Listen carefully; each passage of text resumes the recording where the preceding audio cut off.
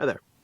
Today's ramble is going to be all about business planning. It is coming up on the end of the year when I record this, and business planning is one of those things that I think many MSPs would benefit from. So let's talk about what that looks like. I know that when I started my MSP, back in the early 2000s, I definitely didn't plan anything out. I just did what was in front of me and just kind of went with it. I was a better technician than I was a business person for sure.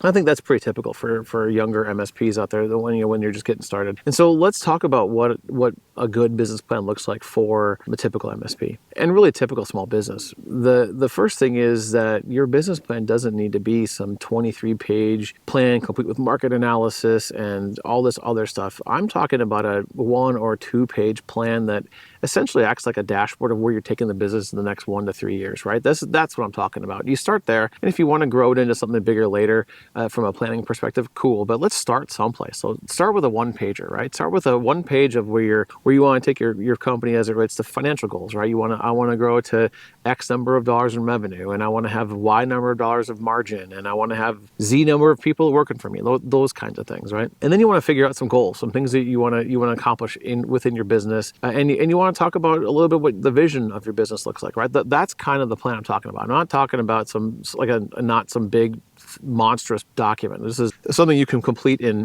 maybe a half a day or something. The reality is that you don't need a ton of things on there. You just need something to aim at, a North Star, if you will. There's a number of plans and options out there if you don't want to make your own. In fact, I don't know that I would recommend you make your own. If you are an EOS company, they have their VTO, or it's called a Vision Traction Organizer. ConnectWise has some business planning documents. So if you happen to be a ConnectWise Evolve member, you have access to that. Heck, even I created one for my company, Pax8. And it really, they all have something similar in common, is that it's a thing you can complete relatively quickly, and it just gives you that direction that you want to take the business. With any plan you pick, whether it's my plan or somebody else's plan or the thing you make up, it's one thing to fill out the plan.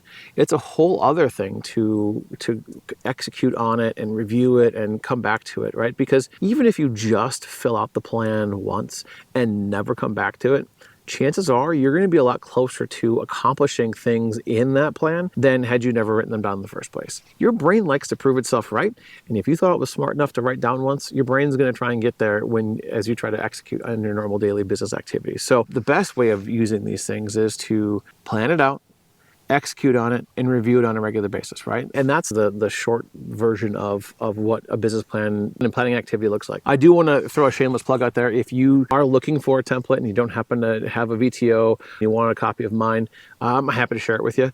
Hit me up on LinkedIn, and I'll connect with you, and I'll find a way to hook you up with the plan, because it's not some secret document that I can't share with anybody. I'm just not going to attach it to this blog article or this video. So with that, thanks for coming on this ramble with me, and hope to see you in the next one.